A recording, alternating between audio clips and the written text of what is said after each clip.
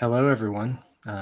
We are here for a TED Talk tonight, and we have some specific topics here with us today. We have Matihi, Emma, and Sim. Maybe joined by some others in a bit, and I guess time will tell. So, what I wanted to talk about tonight is realism in gaming, and when I mention realism, what I don't mean is historical games, really. Of course, that has realism built into it, but that's not really what I mean. What I mean is games that have a connection to reality in some way, instead of just going nuts like Forgotten Realms or something. Known universes that you could consider this would be like A Song of Ice and Fire, where really it's based on medieval political, structures and real life events that did happen, and then fantasized on top of that. Um, you can take that further by your realism in your play. So, for instance, you could talk about things like mechanically that you can wash into the game that provide realism, such as and this can be a little overboard, like really making people making things like survival important. Do you have enough rations? Do you have enough torches? Um, Combat, you can say there's some realism to some types of combat, and others not so much. And there's plenty of other examples um, that I can't think of off the top of my head, but also, just the way you play your character in a realistic way. Um, more instead of like wholly good or wholly evil, people are shades of gray, that sort of thing. So I find myself, I do a little bit. I have a lot of realism in my games, not necessarily counting coppers or anything like that, right? Like inventory management and encumbrance and that sort of thing. And that's a different part of it. I just mean like having plots, having characters specifically based on realistic goals, realistic problems, realistic settings, that sort of thing. So if anybody has any wants to start commenting, feel free. Is it important to you? Does it depend? Does it, anything you want to say, I guess? I think in regards to just like playing games and such, I think it's a lot more immersive if you add like some level of realism to the game itself. Especially like I'm talking about in character aspects in this case. Like there's so many times when people play D&D, they always have a very two-dimensional character, and they usually have it's like I want to fight bad guys and I want to get loot and I want to defeat whatever the fuck the end goal is. And the thing is, that's good if you like that type of game, but personally, and I think for a lot of the people here at B&B, we prefer 3D characters who actually they have some sort of past histories that they draw upon a lot of their personality from, a lot of like where they want to go and pursue their goals, a lot of the reasons why they act and say things like the way they do, the way they approach certain things. I think in order to make like I'd say a good character is you need to have them be more realistic in terms of their goals, and realism in turn kind of meshes with making them more of a three-dimensional person and like fleshing them out to be an actual believable person, whether they're an elf or a dragon or like just a generic human. Like in order to make them believable, and that or not even believable, in order to make them relatable in a way, whether they're the villain or not, is you need to have some sort of realistic goals and things that actually make sense for the character. Yeah, I've always hated the notion of we meet in the tavern to go adventuring. Everyone Now, meets at a tavern. I mean, it's dumb, right? But it's also just completely nonsensical, right? Yeah, let's go with these people we've never met before to, randomly go and try to loot this dungeon, right? I Wow. have no idea if this guy can, wipe his ass, let alone swing a sword, right? It just makes no sense, right? So, right. I don't know. Kind of sounds like college. Well, the you're not gonna die, Right. Well, probably not. Alcohol poisoning. Let's go loot this liquor store. Ooh, get the torches. Throw them I've been in the middle of a riot. It was kind of like that. I was running the other way as the rubber bullets were flying, but yeah. Anybody else has any comments on that realism? Yeah, and the grittier the setting, the more important it is. But even if I was playing D&D, I like Maddie said, I like rooting everything in something somewhat believable. Like if this was a real world, how and I was a real person in it, that's how I would act. But as far as realism in the setting goes, I think that's entirely game dependent. I personally prefer games with a high degree of realism, but I've also enjoyed games where really a lot of the, like you said, the minutiae is hand waved, and yeah, I don't mind hand waving minutia. I think that's another level of realism if you want to add it into your game. I personally don't, because I don't want to, as Robert Baratheon says, count coppers. I don't care about currency. I don't really care about items that much, right? Yeah. Like, unimportant stuff. But I think that there are some settings that are where it's a little less important and where everyone is kind of accepting that this game is a little bit lighter. There's not going to be quite as much darkness as there is maybe in the real world, or at least the kind of darkness that we find more comfortable, in the game, rather than actual bad people who do really horrible things. So, some of it is, for me, dependent on the setting, but usually I have a distinct preference for settings with a high degree of realism with regard to the danger. And, people aren't, even if you're the good guy, you're not all good. And when you're have an enemy, doesn't mean they're necessarily all bad. I like as much shades of coloration in the setting and in the players and in the NPCs as we can get. It's easier to immerse yourself that way, I think. Yeah, I do agree. Like, to me, it's really what you're looking for, what your players are looking for. Yeah, games like Twilight 2000 and stuff older, but where you're counting, ammunition, you're counting supplies. That's something that needs to be tracked, But like certain other games, where it's not important. The important part, of tracking things is gone in turn for whatever you're doing in the game, But to me, I do love realism. I love the, if you do something stupid, you're gonna die. Falling off a giant wall, can be the end all be all of your character. There's, that's I try to gravitate. Like when you look at Ace, not Ace up and stuff. You're not flying on your own. You're not jumping from a 100-foot wall to a 20-foot wall without sustaining. That's very setting dependent, though, right? It is, but even in like high fantasy, I think you can be grounded in realism. I think it's possible, even if the setting's completely fantastical. It's how you're doing it, right?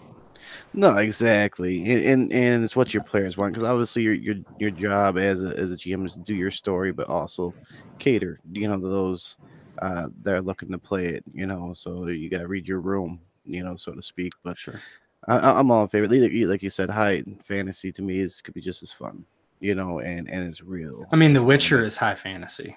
It is, but it's very gritty at the same time. Yeah. Removal of arms. I mean, if you look at, for instance, the traditional Forgotten Realms setting, that's what most people think of as high fantasy. But, I think a lot of the political structure and the way races get along and stuff like that, and just the fact that you're not going to run into things that can kill you super easy at low levels. It's the game where everybody can play. Yeah. Right. And everybody gets something that they like. There's Oriental stuff. There's, Arabic stuff. There's Viking stuff. There's this, there's that. There's knights. There's barbarians. There's blah, blah, blah. blah Awakened bears. There's awakened bears. Blink there's dogs. anything you could possibly. There's a lot of detail put into it, but I don't think all of it necessarily makes sense in a Makes no sense. Real way. Like, I don't think it would have evolved that way naturally, right? Even if magic existed, etc. But it's a safe setting. So, sometimes in mixed group where you don't know where people's comfort zone is, that's where you end up. Sure. Emma, what do you think? Yeah, so you touched on a point where you were talking about kind of like realistic settings with fantastical elements. And throughout my role-playing experience before joining B&B, I always played in like heavy fantasy games, very fantastical. And coming into B&B, I really started enjoying specific kinds of games that you talking about that kind of hit the nail on the head. Like On Retainer, Masks, Supers, even Witcher. Like, all of these are games that have fantastical elements, but at their core, the world, the characters, everything is very real and everything is very relatable. And you can very easily, even with, like in Witcher, with the fantastical elements, you can point to like a society or whatever and say, okay, this is kind of based on like this sort of culture and everything. So it's a lot easier to get into your character's head and understand how they would respond to certain things, where they're coming from, how they view the world. Whereas some stuff, like, to use Demon Gate as an example, because I think that'll be an interesting challenge for a lot of people. Like you, we're going to be the spider person. I don't remember what that race is called. But yeah, but you kept going back and forth on like, I have no idea how to get into this creature's head, like what to do with it. I don't think I can necessarily like do this justice. And when you get, I think there's a beauty and there's an exciting thing for jumping way far into that fantastical element, and there's a lot of really cool stuff that you can do for it, but it is very confusing at times and it is very difficult. And so I've definitely really enjoyed that comfort level of having these realistic games that have fantastical elements. And I'm trying to kind of mirror that and mimic that a little bit with the game that I'm about to run, or the like one shot that I'm about to run. But yeah. Cool. Yeah, I think for our group specifically, I think that's the games we grittier and more based in realism, even if they're fantasy games like The Witcher. The Witcher is probably the biggest, the most fantastical game that we're running even. And it's still really grounded in that gritty realism at the same time. So I don't think that there's like it doesn't have to be either or.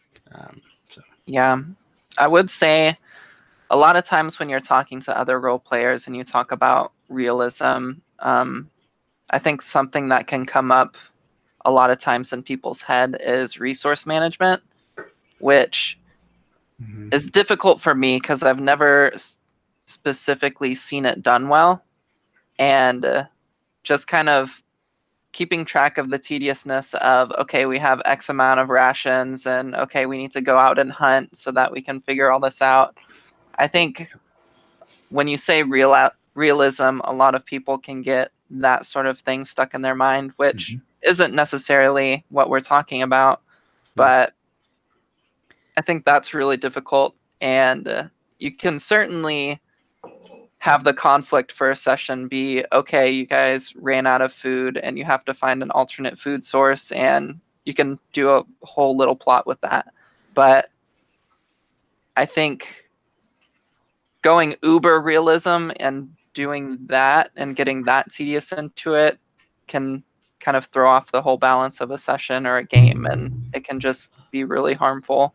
And so you just have to do, everything is a fine balance, and you have to really be careful of how you're balancing things and kind of what you're doing with it. But yeah. Yeah, I agree. Yeah, there's different kinds of realism, and that, like, that resource management can be one of them, but it takes away from particularly what we're trying to do, and that's tell a story, I think. So well, Yeah. unless obviously it's like Emma was kind of hinting at, sometimes you have like a certain session that's kind of centered on Sure. survival, right? And that's when it's really fun, you know, like yeah, but marking down, like, okay, I just used on a regular 2 of my basis, bullets, you know. Yeah. Yeah, and then there's also mechanical realism in say combat, for instance, where, you know, let's use D&D as the example. Once you get to 5th level, you really have to get smashed by something pretty powerful to even have the threat of death or major harm, and even then you can get resurrected, right? Whereas there's other systems where it's super penalizing to get injured. Some to the extent of trying to mimic, you know, a real life injury. And there's things in between too, of course. So Yeah. It's one thing I like about, so for the audience, I'm preparing to run a Burning Wheel, like one shot, and that'll potentially be an episodic sort of deal. But for Burning Wheel, especially with their combat, like, I like that players can kind of make arguments for why they'd have certain advantages over their opponent. Like, okay, I'm like on more of a high ground, or their footing is uneven, or all this sort of stuff, to give themselves like an extra dice or two, whereas I can kind of counter argue to take away or add some dice for them. And I think that adds kind of a nice little realism to combat that D&D especially didn't have, or doesn't have, and a lot of other systems don't have, and that you can consider the environment and the condition of armor and various other things, and really give that an applicable use in combat, and then things are over pretty quickly, and you have to be really careful, and there is a lot kind of hinging on it. But I think that's really interesting, and I'm excited to kind of explore that in the game. Yeah, I've been wanting to see Burning Wheel for a while, so we'll get you in there one of these days. I know. Eventually. It's impossible. Yeah, I've heard of it, but I don't really know anything about it. I came into B&B thinking I knew a lot about RPGs, and I'm always seeing new stuff. So yeah, it's hard. Maybe we'll do like a Burning Wheel something for the 24-hour stream. Yeah, we'll see. We'll see about that. When's that happening? Well, it's probably the 12th or the 13th, right? That weekend would be ideal. We'll see. Yeah. But I don't know. Yeah. See how that goes. Any other comments on realism? I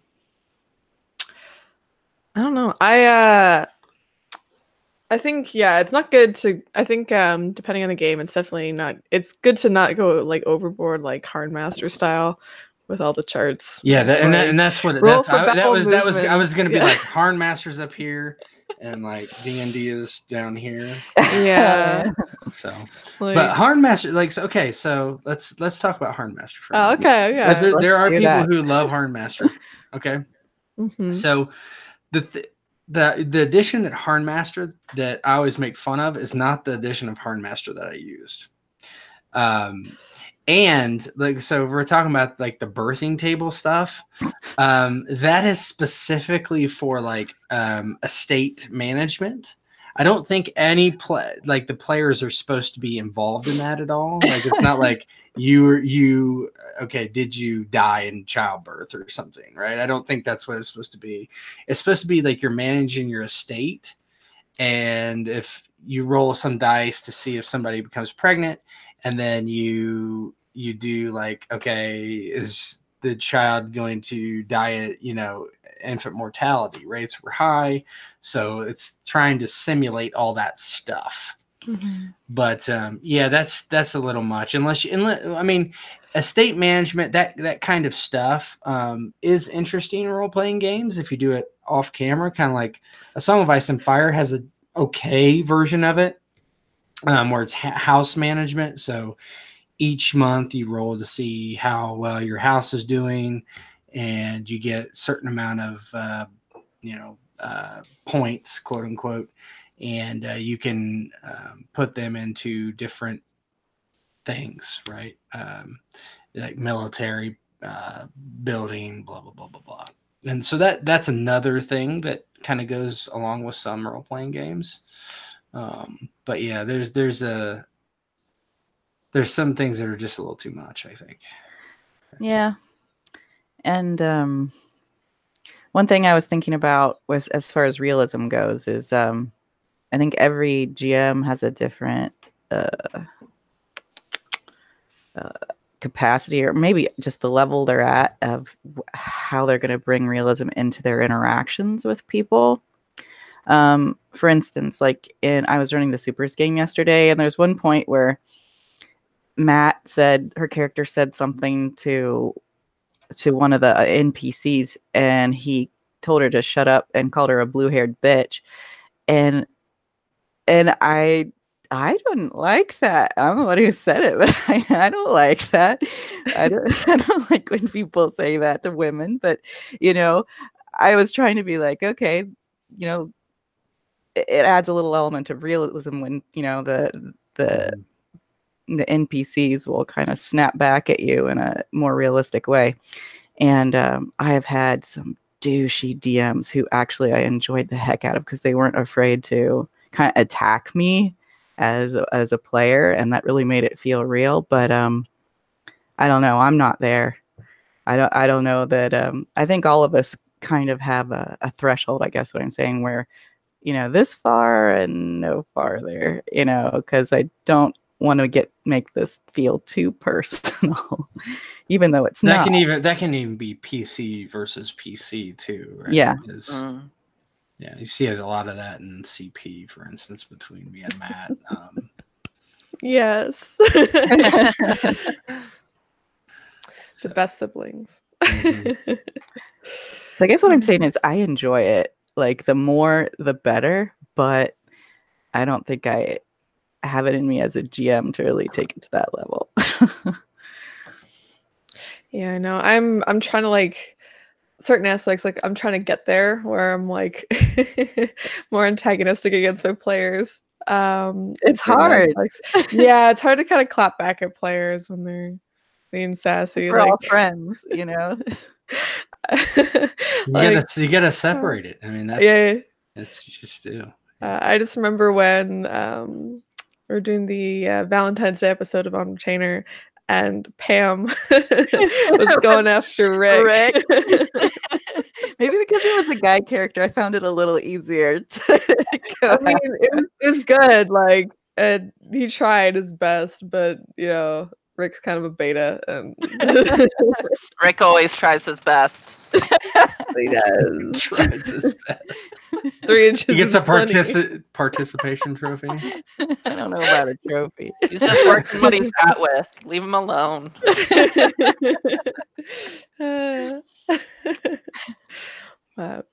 Yeah, I think the other thing in terms of realism and stuff is also the effects on the character themselves. Because a lot of the times, like, something can happen like in game, and it's just like, oh, something sad, something, shocking, something whatever. And like it takes, people who are really, really invested in the character, and I think have really like worked hard on it and really care about the character and the story itself, to actually like feel kind of what's going on, or at least how the story's going and everything. Try to empathize, right? Yeah, to and a make-believe thing. Mhm. Right.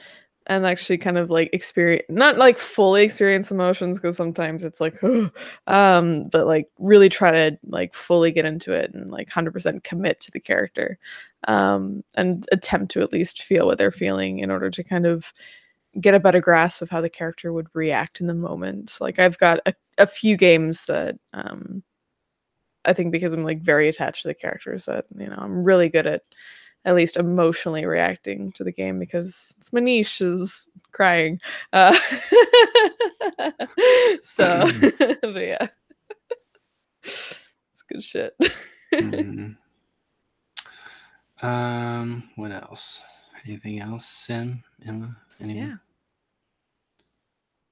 It's gonna be a quick one. There's other questions. Yeah, I know. Just Yeah. kidding. I mean, we always run out of questions like halfway through, and then we just drunk ramble. Mhm. Right. What else? Do you think that the more so the more realistic the setting or the game is in general, it tends to encourage like a system to be lethal and unforgiving and more realistic in general? Like how do you think we can, if somebody was running D&D, a most unrealistic system that I've ever played, well, not really, but pretty close, but how do you have a realistic game when you can get fireballed for 50 damage or whatever and be fine? So that's the question, playing kind of devil's advocate. How do you do that when, especially at a certain level in D&D, from my experience, which is not great from past third edition, but it seems to me that it's very hard to be killed unless you're 1, 2, 3 level.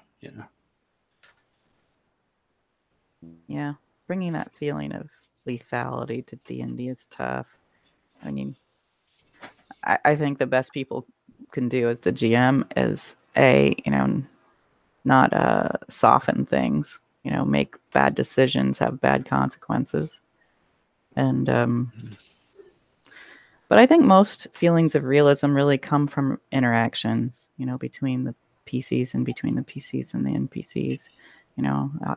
Everyone's motivations seeming real, and their relationships evolving. You can kind of forgive a world for not making sense if the people in it make sense.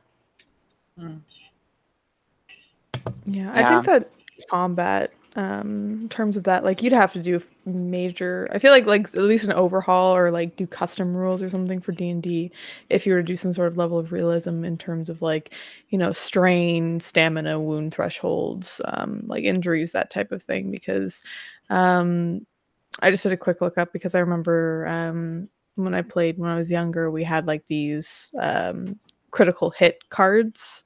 But the only thing is, like, I looked at them, I'm like, oh, what's going on? It's like, it's really just like, oh, you got electrocuted, take like 1d4 damage. Oh, you got hit in the foot. Like, there's More not damage, right? Yeah, it's like there's not really permanent effects to it. So in terms of combat realism, it would require a major overhaul, unless like the GM kind of doled it out, like just was like, oh, you take this. There is, I remember in 3.5 there was an alternate hit point system, which was like a vitality system or something like that, where your actual hit points never went up. It was like, man, I can't really remember, but there was some alternate way to do it anyway. But yeah, I know in second edition, back when I played in college, there was an alternate like rule book that you could use for like critical hit effects, and if you got a crit against you or you performed a crit on somebody else, you could roll for like area of the body it hits and like the severity of the damage. And at one point it led to I volunteered my friend for like a solo combat sort of deal, and he ended up getting his hand chopped off, and that was a little awkward. But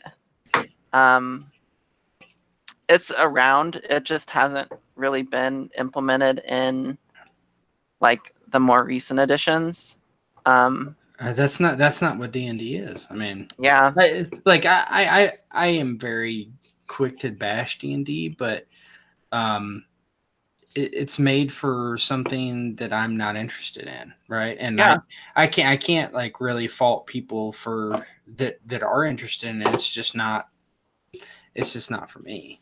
yeah, Whereas I think somebody was making a very interesting comment, might have been Slip, talking about, how even in The Witcher, even if you are increasing all your skills and stuff, you're probably never going to increase your hit points because they're based on your attributes, and attributes are incredibly expensive to raise. And in The Witcher, even though it's a hit point based system, there's not a ton of hit points usually. And I mean, ask her, because one hit can kill you. Yeah. Or maim you. Right. So, yeah. If you're lucky. if the GM's nice. Yeah, because she should have had like her head cut off or something, right? Yeah, that's what was rolled. Yeah, that's why it was so brutal. Because hits to the head are multiplied by 3 damage. Yeah, but that's fucking crazy. Yeah, for my D&D 5e game that I run outside of B&B, I started it off with it wanting to be kind of fantasy, but very low magic, like a lot of fantastical elements. And so I've had to homebrew like quite a bit. And even in the case of like, they've come across like 1 or 2 magic casters, and in the case of getting hit by like a fireball or something like that, even if in game, like after they rest, they have their full hit points back, or NPCs, if that happens after they rest, they're good. I've still, like mechanically they have their hit points, but I still talk about the effects of the things that they went through and the ways their bodies were scarred via whatever happened to them, like days and days and days in game, like later, and still kind of bring that up as something that their character is dealing with. And it's a bit monotonous, or I wouldn't say monotonous, it's a bit tedious to kind of always bring up. And it kind of sucks that like I'm bringing this up for roleplay purposes, but there's no like actual mechanical thing for it. If I had been in B&B back when I started this game and been more familiar with other systems, I probably would have done something different than 5e anyway. But here we are, and I'm just having to homebrew so much shit for it. But there are D20 systems that have like wound penalties.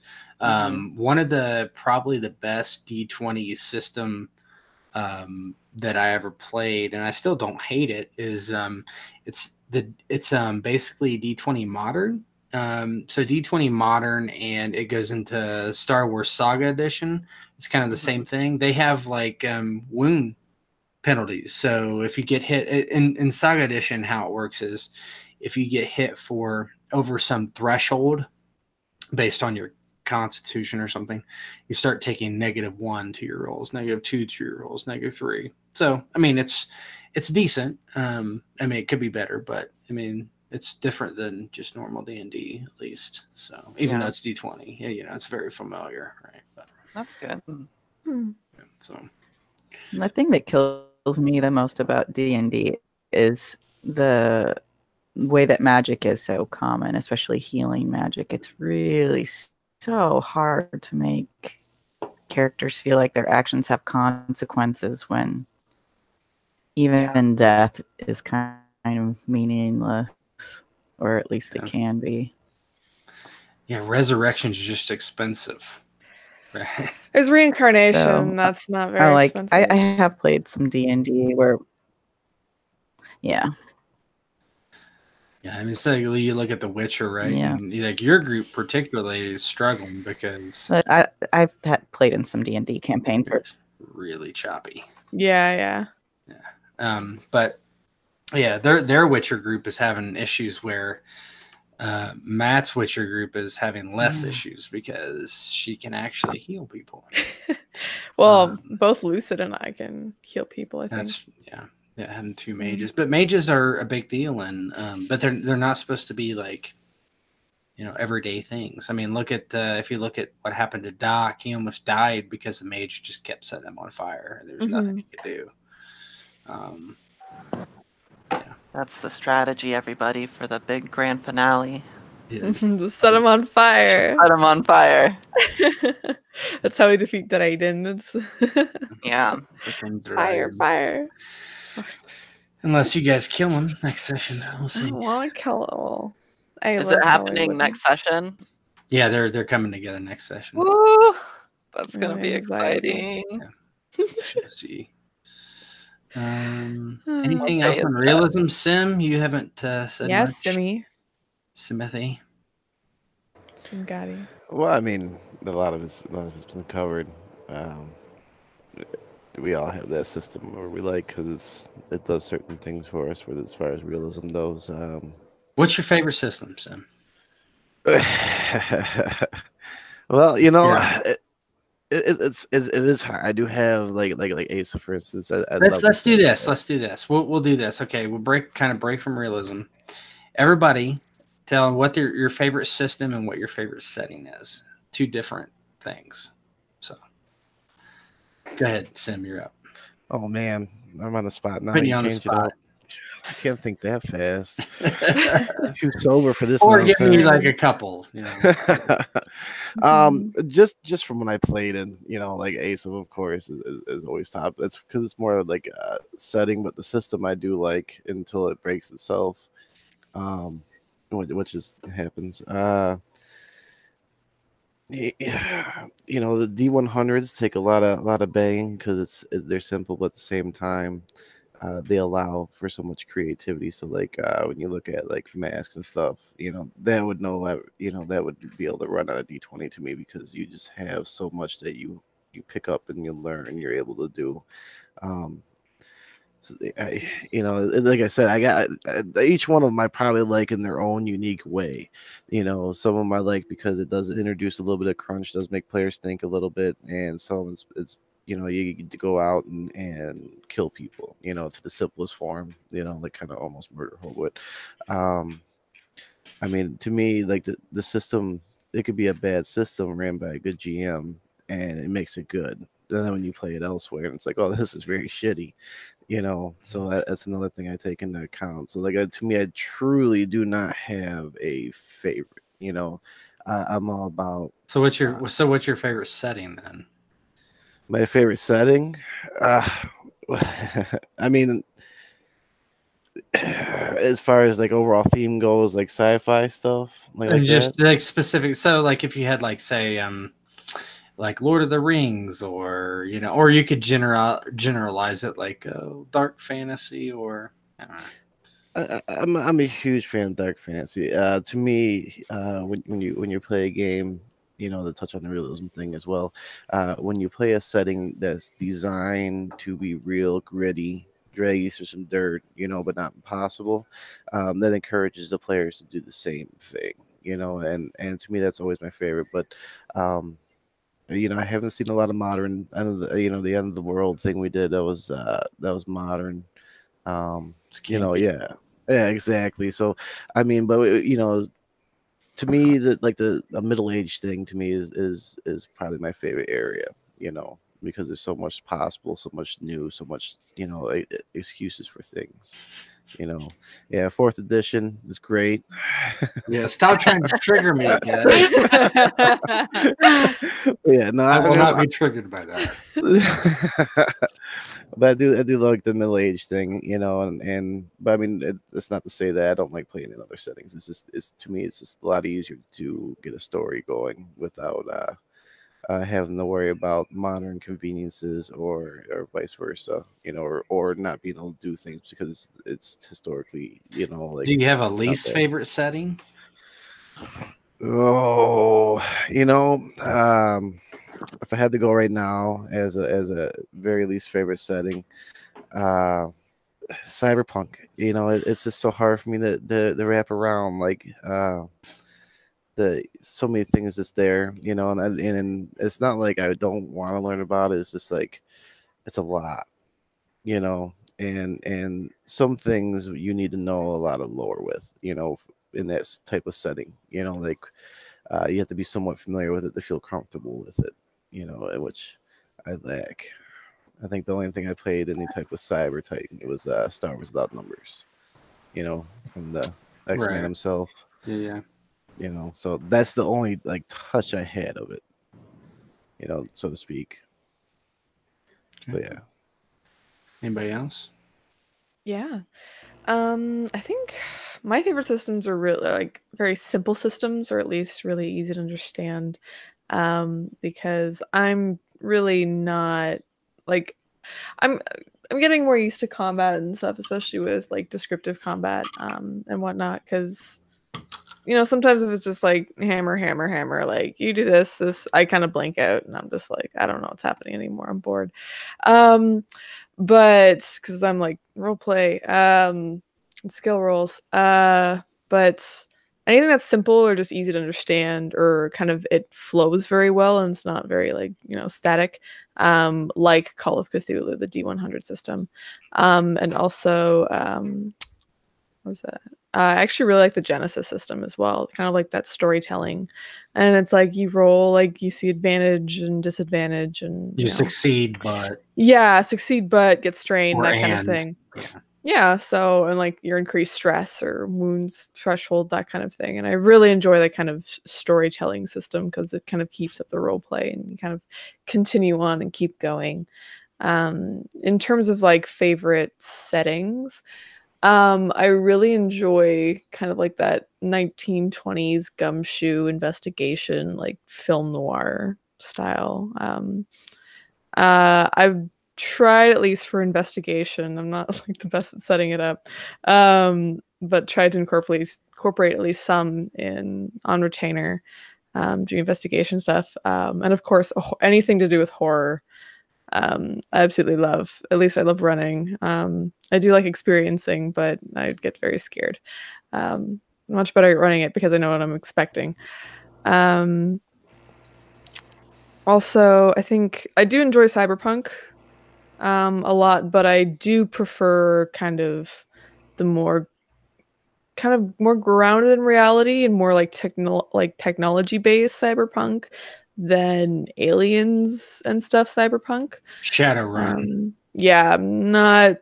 I I'm just like, fucking hate Shadowrun. I hate the theme of it. I hate it. yeah, it's just a bit too much of a fantastical element. So it's like I like the technology based cyberpunk, that kind of thing, um, and of course space. Yay, space. But for least favorite, um, I don't know. Um, fuck. I guess like really, I don't know how to soft settings, like stuff that's I don't like super lighthearted things. Anything that's like really frilly, or it's like everything's great and there's no strife and Maids. woo, yeah, no maids. Right, yeah, Everything's high nice. fantasy, right? Yeah, high fantasy, and like as much as I like, played a lot of D&D and stuff, in my past, it's just there's no stressors. Like, oh, cool. Like, everybody knows that they're going to get resurrected at some point. If not, they have a god they can go to. Woo! Like, let's just kill ourselves. And that's why D&D is so, like, combat, because everybody knows when they're going to go when they die. It's like, whatever. No one gives a shit. Yeah, so I'm not really into that. Though, in terms of, well, I guess some settings, I do like settings based on, you know, games or, like, I guess shows that I've watched that I'm familiar with, like Fallout and Avatar. I like kind of games based on media and stuff. I'm really interested in that. Emma, just go left or right, at least on my screen. Yeah. So before coming to B&B, I had only played D&D 2nd edition, 3.5, and 5th edition. And like a little Burning Wheel, a little Stars Without Number, but not really enough to like really get a good handle on what those systems were. I really enjoyed them because they were new to me, and they added a lot of concepts that I didn't really know that you could have in a role-playing game. Which is one of the reasons why I'm excited to revisit Burning Wheel after all this time.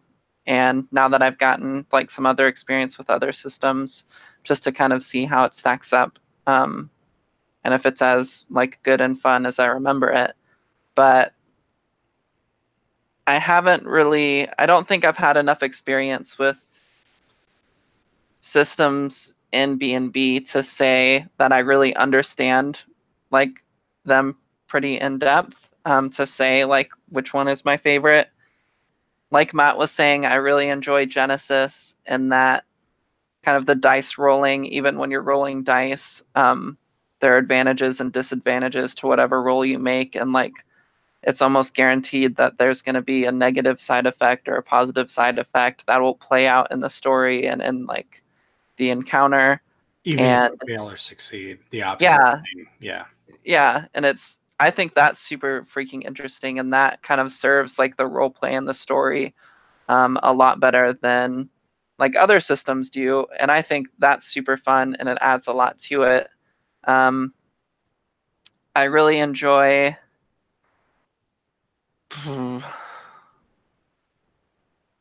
yeah, I don't know that I can really say like other systems that I'm really into. I've really enjoyed the games that I've been in more for like kind of the role play and the interactions than the systems themselves. Yeah, exactly. I think that's a common thing. People can find good games no matter what the system is. If the setting and the players are good. You know. Unless it's 4th edition, you heard it here first, folks. But my favorite kind of setting that I typically go for, I've always more leaned towards fantasy settings, and they've always been really interesting and fun for me. Coming to B&B was the first time I really played like horror settings, and those are really fun. I've really enjoyed On Retainer, and it's really freaked me out a number of times. And then generally for settings that I have a hard time, I wouldn't say that there's any settings that I particularly just don't like, but I have a harder time connecting to sci-fi stuff, and I have to try a lot harder to kind of get into the mindset of my characters. And so it's kind of hard for me. Slip. I guess I'll put in another yay for systems like Genesis. I really do like systems that the dice rolls have story meaning. I've played some Monty Cook systems like Cypher, where even the character creation is kind of different and very conceptual rather than statistic based. And you know, a lot of the game mechanics give the GM intrusion cards so that he can kind of switch the story up. Anyway, yeah, so I don't know if I have a favorite system, but I like the ones that that encourage that role play over the dice rolling, or make them work together well. But as far as settings go, I've already said the more realistic, the better. I tend to have a lot of fun in just straight up modern settings because I like to be able to think, what would I do? You know, I really like to put my critical thinking hat on and say, if this was me, what would I be doing? What resources, you know, do I have available? But I can do that in other settings too, not just modern, like, Witcher's low magic enough that I can get into it that way. And, we were talking about doing the Boot Hill, the Old West game. I think that's what I really like about that, is because I can really think about what the world is actually like and what my real resources are there, and the interactions feel, very authentic in the grittier settings. Same for the Game of Thrones setting. Because it's medieval and it's technically fantasy, but everything from the politics to the interactions and just the way the world is built feels very real, very dangerous. Everything feels like it's got consequences. So that's where I am on that. The things I don't like are things that I can't, I don't want to picture myself in, I guess. Like, oh gosh, there's this, it feels like more of a party game than an RPG, but it's really popular at cons, called Honey Heist, where everybody's playing bears and they're planning this heist where they're going to rob honey. Awaken Bears, Sim. You get that game. Let's play it. But yeah, I don't really get into those. If there's not real story, real consequences, I don't really want to waste my imaginary time being there. Yeah. Why waste time with Awakened Bears? Right. Awakened Bears and Unbearable. Blink Dogs. There was somebody who was on I think there still are actually on the fan club page, and they came in the first couple weeks talking about Blink Dogs, and probably just Blink Dogs. Awakened Bears, something that scarred Sim long ago, but yeah, she was all about the Blink Dogs. But anyway, Blink Dogs. I think that there is a breed of gamer, and I've known plenty, who really are attracted to systems and worlds like D&D, because I think the real world doesn't make enough sense to them. And just having everything codified, you can look up someone's statistics and know exactly what this creature is like, and you could know exactly what effect this weapon is going to have on a I think that there's people that find that that's what they're getting out of the RPGs. And I run into people like that at cons a lot. I think that's why a lot of the con play can be very hit or miss. Yeah, and you also have those people who really read up on the rules and they kind of discard. It's like, oh, you're in the middle of role playing, and they're like, actually, like the rule, they're like this, and it's like, get fucked. Like the rules lawyers. Yeah. Well, that's They're what so I'm saying. fun. They get so obsessed with just understanding everything that they're usually min-maxers too. So Yeah. somehow, yeah. I think it's the people that wish that they could make people as understandable as, they stat block. Yeah, exactly. Mm-hmm. Yeah, I know I've not so much now. Actually really not at all now. I used to do a lot of LARPing and stuff, mostly just vampire. I think it's also a setting that I'm not super into anymore because I did a lot of it was political. As much as I like A Song of Ice and Fire, I don't think I could do the political role play anymore because I've done it for a few years and I'm not great at scheming. Like, I know that about myself. Like, I can't think like that. I'm not good at, like, attempting to deceive people. I'm more just,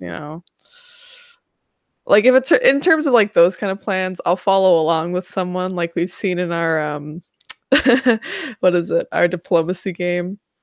I am not good Is at that that still game. going?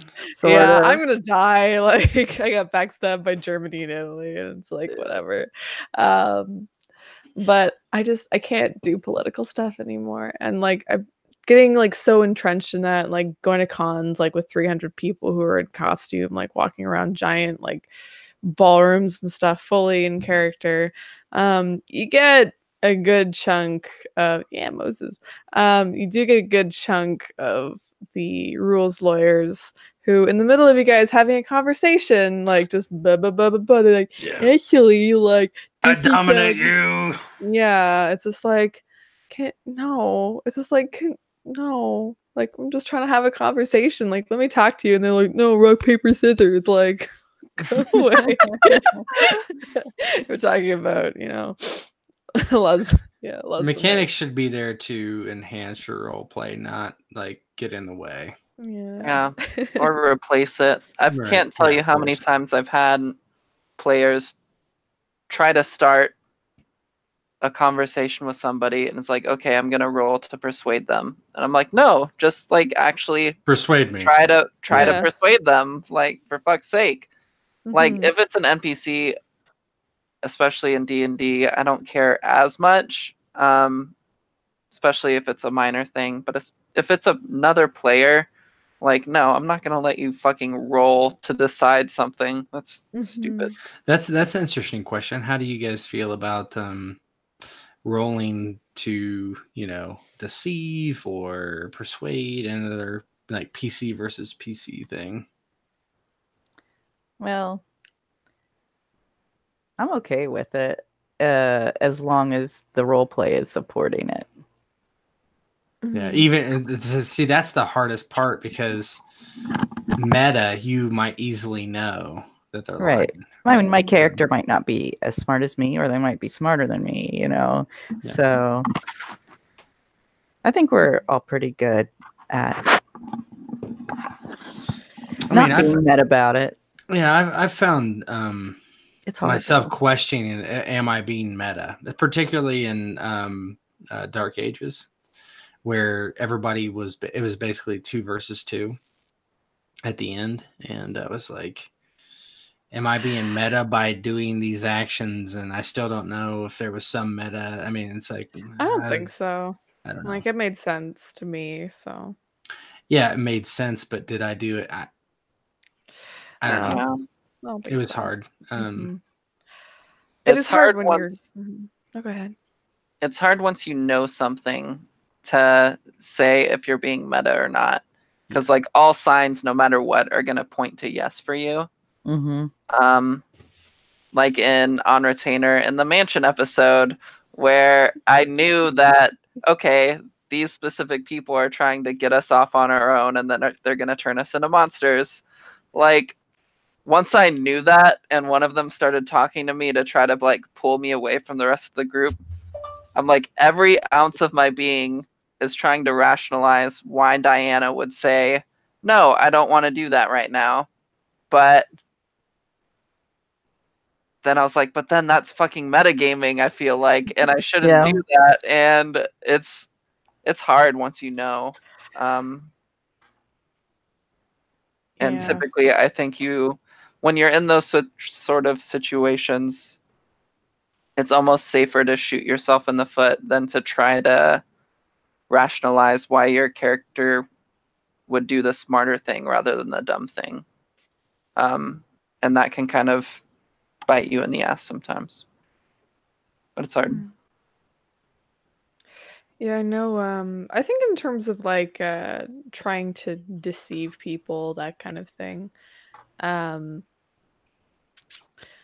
Like, I think definitely like the role play has to support it.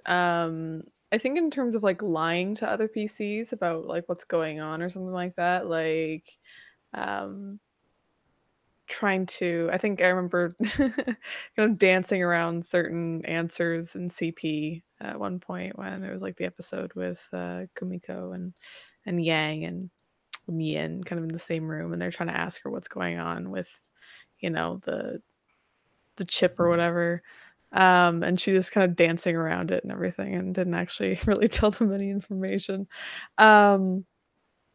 I think the roleplay definitely has to support it, but I think in terms of like, I support this like a sense motive or something like that, or like trying to like figure out, if they're lying, like body language. I think that's all right, because that's the one thing that does lack in terms of we're kind of trying to describe, what our character's doing, saying and stuff, because a lot of language is communicated, through the body. We don't get that. Just kind of describing it. So I think like some sort of, sense motive or sense body language is very important. Also, if you, let's say, make a check in terms of they can't really tell if you're lying or not, or they think you're being truthful, and then you do stupid stuff like be cagey anyway, of course we're going to doubt you in what you're saying. Ala, I think it was Nero was being super cagey when in the strip club. And it's like, yeah, just leave me alone. Just leave. Yeah. Yeah, that's right. Because he passed his test. He passed. I was like, but he's still being cagey. Such a dick. It's just like what he is saying is anybody like who wasn't completely an imbecile would realize that he's lying, right? So so it's like stuff like that. Like obviously, it's like, okay, like we know that there's something wrong. Like you like that kind of thing. But if I think it's just, I think like a sense motive check. But in terms of trying to persuade other characters, I don't know about rolling. I think just trying to like verbally persuade them is fine. But against NPCs, as long as you say, the certain words and roll for it, go ahead. Yeah. Maybe give somebody an advantage if you think it's very persuasive or something. Sometimes I do that. So. Yeah. It is super irritating when you think someone you're playing with is being meta. But I think here we all just kind of have to trust each other. Mm-hmm. Yeah, for sure. This isn't necessarily about meta, but somebody asked a question on the YouTube chat. Oh, wait, what? Yeah, I don't even right? know how to get to that. How do you get to that? Let's go to the live stream and then you look at the chat. Oh, okay. Easy. Easy but peasy. Cracked Neurons asked, why is charisma the only attribute we basically force people to roleplay instead of just rolling the die? And everything else is physical or not necessarily. I mean, though. yeah, you could, in terms of like D&D specifically, because that's typically where my mind goes when I hear charisma. Sure. You still have things like wisdom and intelligence that you can roleplay out rather than just like rolling to see what you know. But it doesn't come up as often. It's still something that can be done. Like I had a pretty lengthy conversation with Darren when I joined Masks about like Egyptology, and I was like, would you rather I just kind of have a blank slate and have you tell me what I know about Egyptology and everything that I can kind of regurgitate to the rest of the players? Or is it actually all right for me to do some research and kind of look up the history of Egyptology, like Arabic, Egypt, Egypt's relationship with Europe and all this other stuff, so that I can have that breathe life into my character, that I don't really have to roll to see what I know, but that I can just say. And he was like, no, by all means, like, do your research. But that is like a rare case, because in like more fantasy settings, like you can't really do research on magic, like the history or like magic or anything. You kind of rely on what the GM tells you. and then everything else is kind of a physical trait. Like your DM can't be like, okay, to dodge, if you want to dodge this attack, grab your tennis ball that's sitting right next to you, throw it at the wall, and dodge it as it bounces back at you. That's a little harder to do, but I feel like by kind of throwing away some charisma checks and role playing out kind of the conversation rather than just rolling to see how persuasive you are, but trying to be persuasive instead. Like, I just think that adds to the role play. And you can get into a larger conversation of what if somebody's playing a charismatic character, but the player themselves isn't very charismatic? Like, how do charisma checks and persuasion checks like come in to kind of help them like play their character better rather than just kind of telling an uncharismatic person like, okay, be charismatic now. But yeah, it's interesting. Well, I mean, we're playing role-playing games. By their very nature, this is about, or it should be in my mind, about interactions and, you know, what we're saying to the NPCs or to the other characters and what they're saying to us and our reactions. And so if you just leave it at a simple dice roll, everybody's robbed, right? Yeah. But I've never had a GM who completely disregarded a stat like that. You know, I think that anybody reasonable says, well, what do you say? Not for the purpose of, let's see if this persuades the NPC, but rather, let's make it interesting. And then, you know, let's let the stat influence the outcome of this reaction. You know, maybe they say something really stupid, even though they're really likable. And so, you know, that doesn't work. But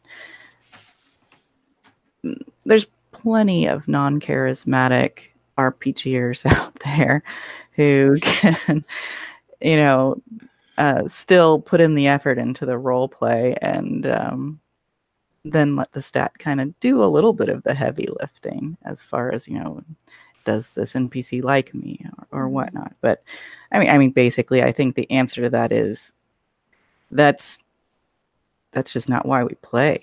You know, we don't play to roll a dice. And so that does make those charisma type checks kind of an exception sometimes. I think it's also proven in the real world that you can say some really stupid shit and people will totally back you up and believe you and support you. Well, I mean, it's you know, it depends on what you think charisma is, and I mean, if you think, you know, a lot of people are like, well, charisma means you're hot or whatever, and charisma, I think, is like a, you know, an amalgamation of many things, right? So because you can be like totally likable and be a buffoon, or, you know, just say the wrong things all the time, or you can say the right things all the time and be, you know, completely unlikable. Yeah, it's really very up to interpretation. I mean, I've got a good friend who's super likable, but everything he says sounds like just a complete load of BS, even when he's telling the truth. So, you know, high charisma doesn't necessarily mean people are going to believe you about something. Well, my thinking is why is either charisma or charisma derivative is always the one that's rolled is because everybody wants to be the intimidating, mechanically speaking, not, you know, not having anything in it, but at the same time, like they always want to be, well, I'm gonna say this to that person. It's like, well, you know, you can't say like you're not a scary individual, like you're not intimidating mechanically, so you can't. You're like, all right, well, roll for it, you know. So it ends up being like overly rolled to me because a lot of people want to do things that they don't build for, you know, as a general concept.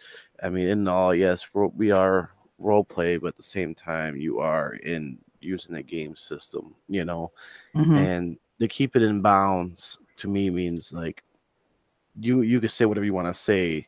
How it comes across is that charisma roll in the way, and to not say you can't roll it because you can look at a stat and be like, yeah, there's no way you're gonna scare this guy, so why would you even try? But no, you're gonna do it anyways, you know. So go ahead, and we'll see how it works, you know. to me, that's why it's always used. You know, like it's one of the most overused. Well, things to me. it's also overused because people don't role play. I mean, Yeah. if people were saying, "Well, I want to persuade this person," and they roll for it, oh yeah, you persuaded them without any role play. I mean, that happens a lot too. Yeah. And keep it in role play. You know your character can't do something, so why are why are you trying to force that? You know, like if you're playing in your role, if you're playing your character correctly, you wouldn't be trying to be the tough barbarian. You know what I'm saying? Right. If Or you're you'd role play it as you suck at it. exactly. Yeah, no, that's a good question though. Mm-hmm. Thank you for that. Yeah. Any other questions? Yeah, just look on there. It gives me like a. What was the question that you had earlier, Emma? A question I had earlier that was further improved by my good friend Slip here was, what are your weaknesses as a role player, do you think? And what were some recent times that you feel like you kind of slacked or didn't do a great job during a game? And what do you think you could have done better? And Slip kind of added, or like as a GM, what are some of your weaknesses and how do you feel you could have improved on a scene that happened recently? Every of single course- game I'm in, every single game I run. Oh, Yeah. self-conscious. Yeah. What do you think? What's going on? What do you think you can improve besides everything and everything else? Like, give a specific example. Um. Let me think. Specifically, like, sometimes I will definitely try to take a back seat to the players, which I don't know that that's necessarily terrible. But at the same time, it's not exactly. Am I not pulling my weight? Sometimes, like the last Witcher session, I barely said anything, which is okay. But sometimes I think that I'm not doing all that I can do. I think as a strength, I do a lot of good prep, I think, but in sessions, sometimes I feel that I don't do as well as I should. Either it's adjudicating rules or NPC interactions or things like pacing. I just sometimes feel like I can do a lot better at everything, really. So, Wow. or plot conception. It's like I shouldn't have done that, or that wasn't that interesting, or I don't know. Yeah. Particularly as a GM, because that's mostly what I'm doing these days. As a player, kind of the same thing, is my accent on point? Is my vocabulary? Am I speaking the way I should speak? Am I being slow speaking because I'm thinking of what I want to say before I say it? Is my cadence off? This is just a lot of things I think about, like after games. Usually after a game, I don't sleep for like a while because I'm like spinning. I don't know, I'm weird like that, but yeah, always very self critical. I think we all are. I think so, and I think that breeds good things, right? I think Mhm. that makes everybody try to do better. Yeah, it's also good to keep in mind that like we are our own worst critics in terms of, us running games as being players. And I think that's also something that we need to like recognize. Like I know Emma's messaged me a bit and like I've messaged Ghost a bit. Like I've asked him, I'm just like, am I doing well and everything? Because like especially playing with like Zypher and you, Ted, and Bo, Just like it's kind of like the trifecta of intimidation, and sometimes in terms of like good role play, it's just like fuck. It's like, am I doing well? Um, so sometimes I do get like anxious, and it's like, am I doing a good job? But I think we need to keep in mind that honestly, like we are all fantastic, and we need to get that feedback from each other, and actually take that feedback to heart from each other that we are doing a good job, and not just kind of well in our own kind of in a way self pity and be like, "I'm not that good." It's like, no, we're fucking great. Like, unless we wouldn't be gaming together if we didn't think we're all really good. So. No one else with their self-consciousness. I mean, it goes without saying. The second that you think you hit a spot where you're flawless and everything else like that, it's really an untrue statement. You know, everywhere somebody has a flaw that they need to fix, it's natural. It's for improvement. Um, you know, but at the same time, it is good. It is good to have that. You know, because it allows you to try and do new and different things. You know, instead of just keeping one steady stream going. I will say, I think one thing that we're good at in general, and myself, I try to do is every game I run, I try to run it differently. I don't want the last game to be run exactly like the next game. So I think that is a big flaw of people. They get in their mindset, this is the way I'm going to do it. And then they never like learn any new techniques, how to do anything, never self think about what was wrong with that, what was good with that, what was something I didn't like, what was something I did. It's just the same thing over and over and over and over and over and over again. And I think that is the way to not be very, very good at what you do, is not to experiment. Yes, some things might fail. Some things might not be great, but then now you know, and now you know what the good things are that you learned from that technique, that how you did that. And I think that's a good thing about this group in general, is we do that. And no matter like what fails in some session or what you're not particularly happy about, I think we try to evolve and get better, and if somebody's doing that, they're welcome here. If they're always trying to get better, and so yeah, that's my thought on that. But yeah, in terms of thinking of things to experiment with or not running a game like the same way twice, what are things that you experiment with or change like session to session so that you don't fall into that repetitive cycle? Let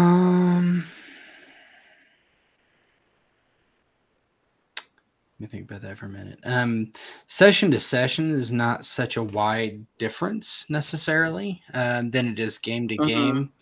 But session to session, I try to, lately particularly, I try to base things on, I take one character mainly in the game, in that session, and say, this is the person that's probably going to be the most focal point of that session.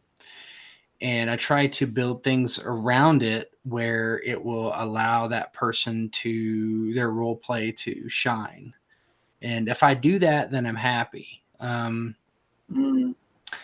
But from session to session, I don't, I change it based on what's happening.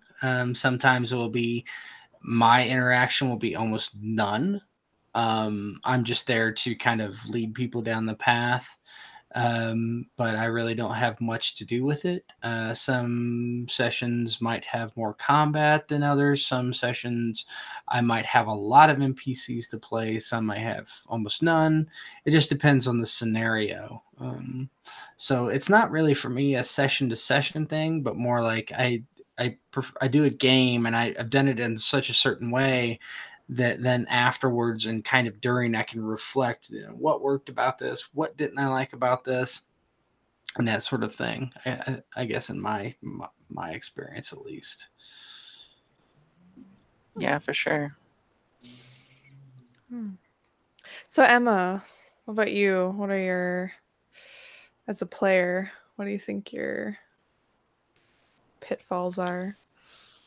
Oh man, So you know just doesn't have to me. answer this question. Did I not answer? I just No, answered. you answered, but you're okay. the only one who did. Oh, okay. So far, it's Yeah, like, yeah, drag you're you the in. only one that. I'll just say everything. Matt just said like some nice encouraging Oh, words, I but have. didn't actually self-reflect. I can self-reflect, but you go first. Yeah.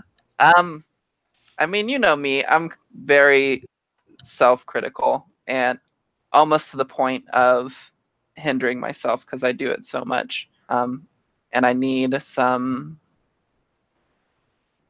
encouragement sometimes from others that like, no, you're doing good. Like, don't be too hard on yourself because I'll shoot myself in the foot too often. But I think something that I'm still trying to work on, and I'll think about it between sessions, but actually during a session I suck at it and I always forget to do it, is some advice that you gave me, Matt, of describing what my character is doing and how they're standing or what they're interacting with in the world, rather than just focusing solely on dialogue, which is kind of something that I'll always stick to, and something that I'm just comfortable with.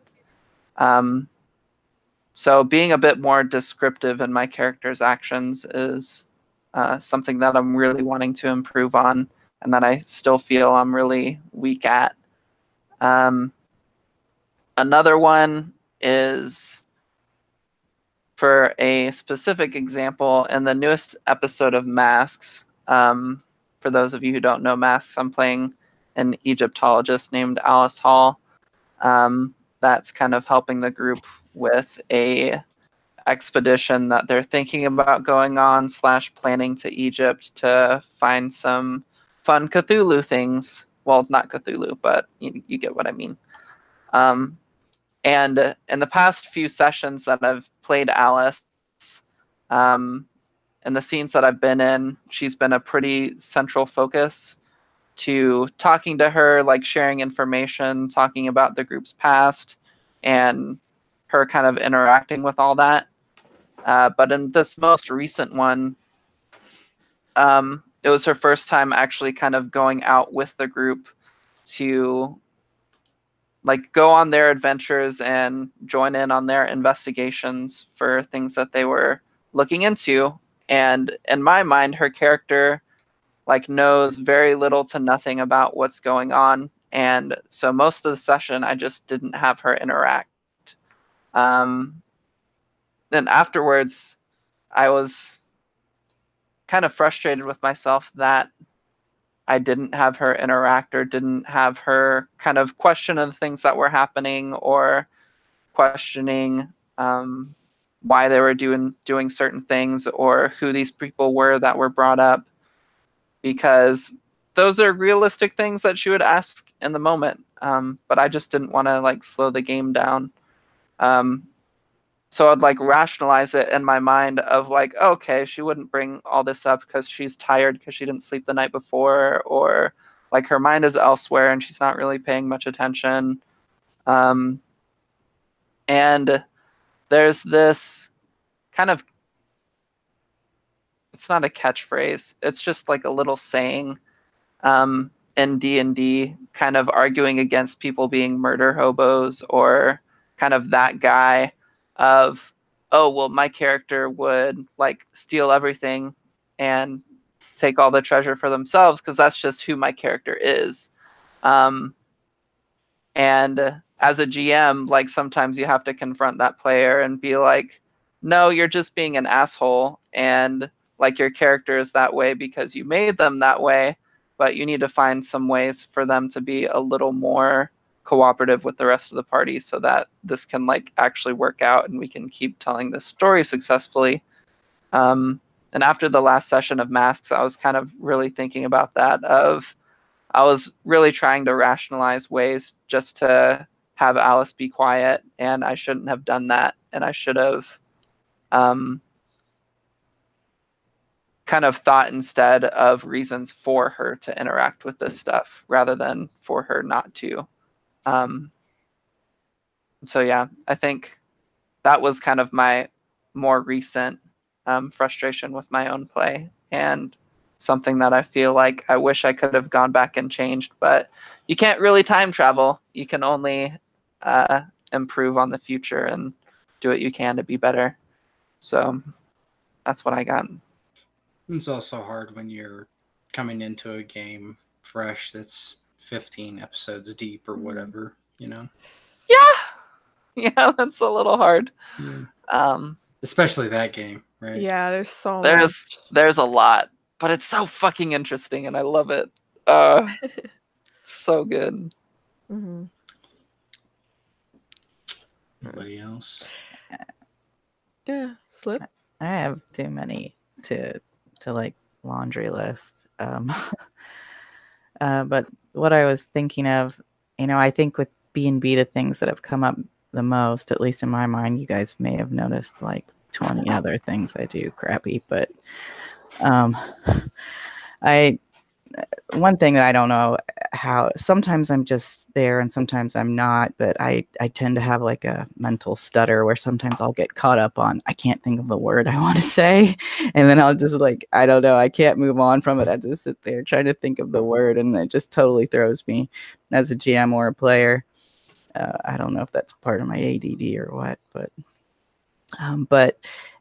more important than that, I think is, sometimes I'll go into a game and whether I know the people or not, I feel really comfortable and I can do my best work. But there's been some groups I've come in, I don't know if it's like an element of intimidation or just a feeling like I don't know these people at all, that makes me a little more hesitant to do some of the things that I think of doing or have some of the interactions that I think of having. Yeah, I really enjoyed the game that Rogue ran, but I also felt like that was not my best role play as that character. I think I kind of got better toward the end, but really had trouble finding my footing, and I think a lot of that was just my hesitancy, and maybe it was that element of I was coming into a pre-existing game. Might have played a part too. Like, I don't want to step on people's toes. I don't really know where my character is going to fit in. And so, there's a lot of intimate interactions happening between the other players. And I don't know. It took a long time before I felt like I could even have conversations person to person with my character, with the other characters there. And so I think that's one of my weaknesses, at least, is sometimes I just can't get over my own issues or out of my own head enough to really role play my best. And so moving forward, I'm going to try to just be, gutsier about it. I can be a screen hog, and I'm not saying I'm going to try to do that. But, if I think that there's something that's going to make a scene better or more dramatic or make the story better, just, not be like a chicken about actually doing it. Yeah, for sure. I feel like I sympathize so much on the getting caught up on a word and just pausing and kind of panicking about it.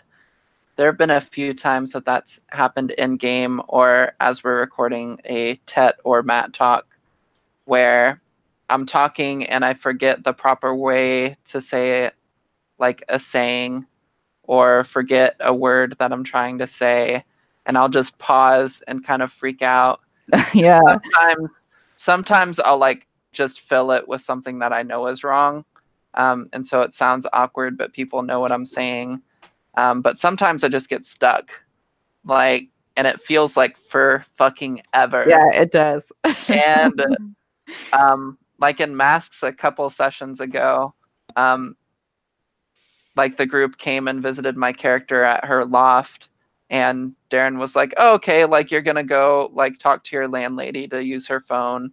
I'll let you name her. And I just like fucking panicked, and I could not remember any fucking names like that ever existed in the world.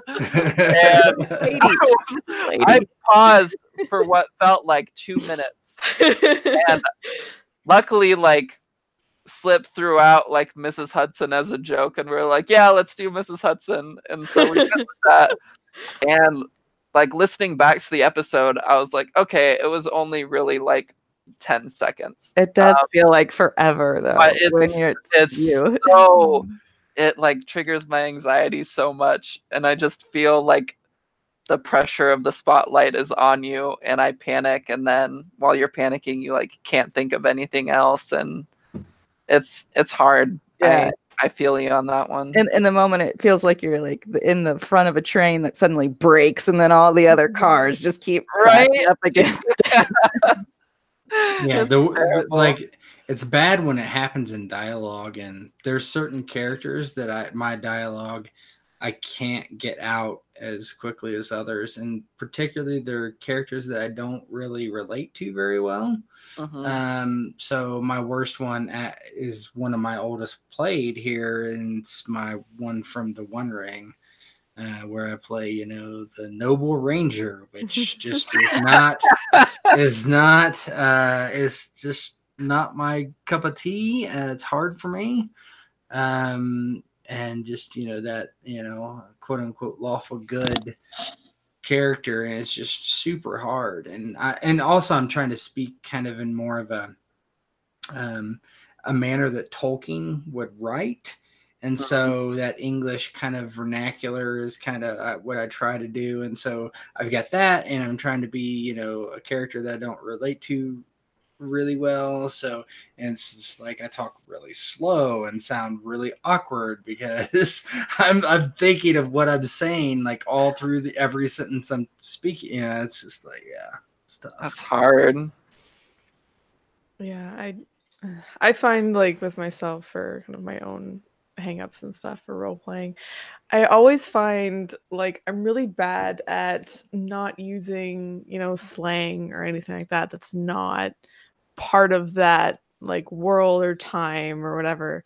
And I always go like I find myself occasionally like using slang. It's like, no, like this is not like this would not be in the time period, like this would not be in that world, like no one would say this.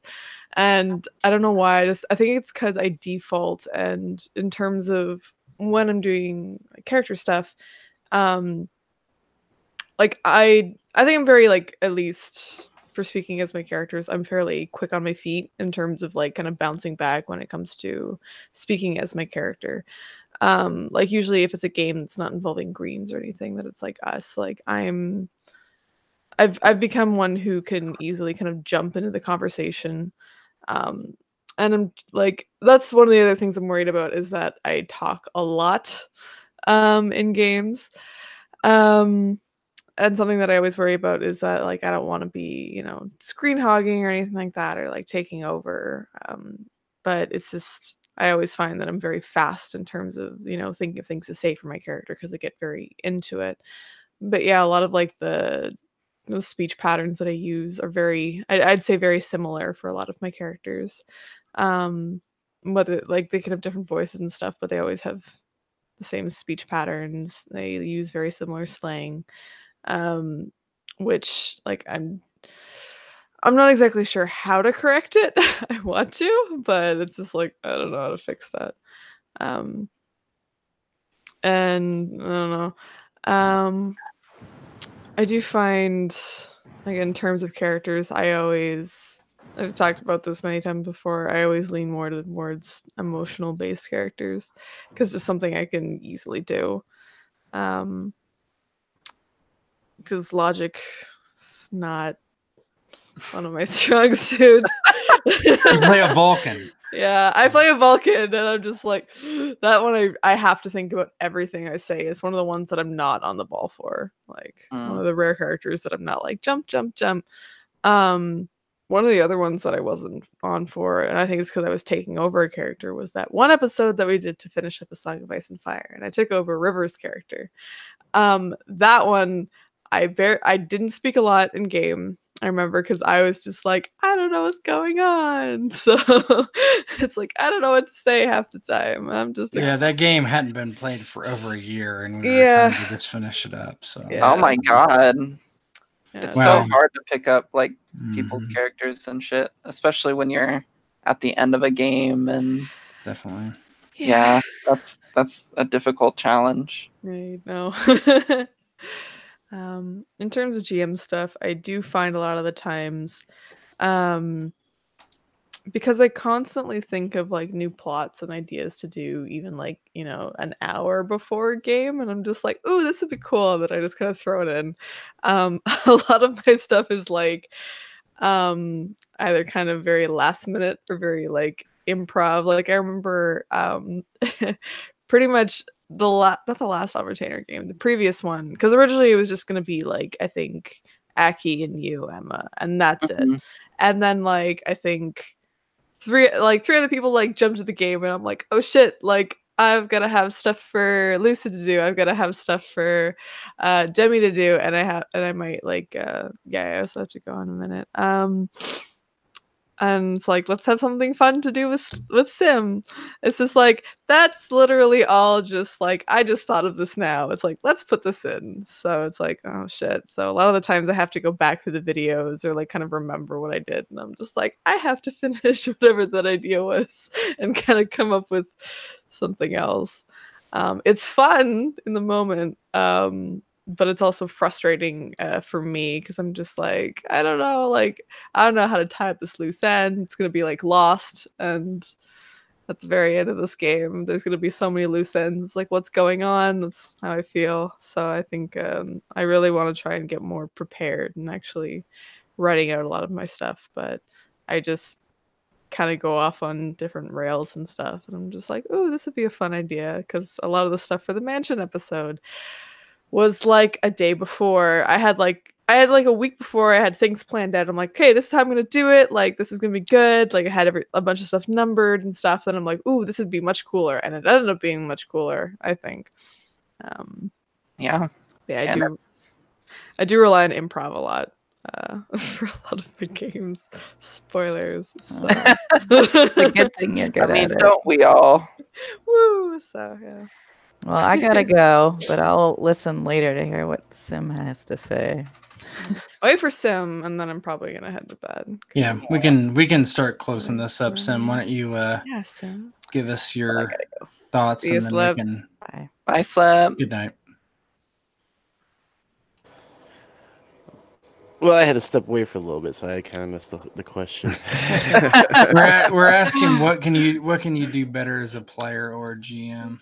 Oh God, everything, right? I mean, hell, we're all just stepped away from being polished shitters. No, We're golden turds. that's it. I mean, everybody has down times, up times. Like with me, for instance, like one of the hardest things that come with was like Trek, for instance. I kind of just jumped into being the pilot, and everybody thought I was a little quiet, but it's like, yeah, at the same time, I'm getting a feel, getting a grasp. I think one common thing is jumping into games after they've already been started is difficult. Everybody's kind of said that, so I agree. Yeah, I mean, you gotta find everybody's groove, and you don't want to be the odd man out, or woman out.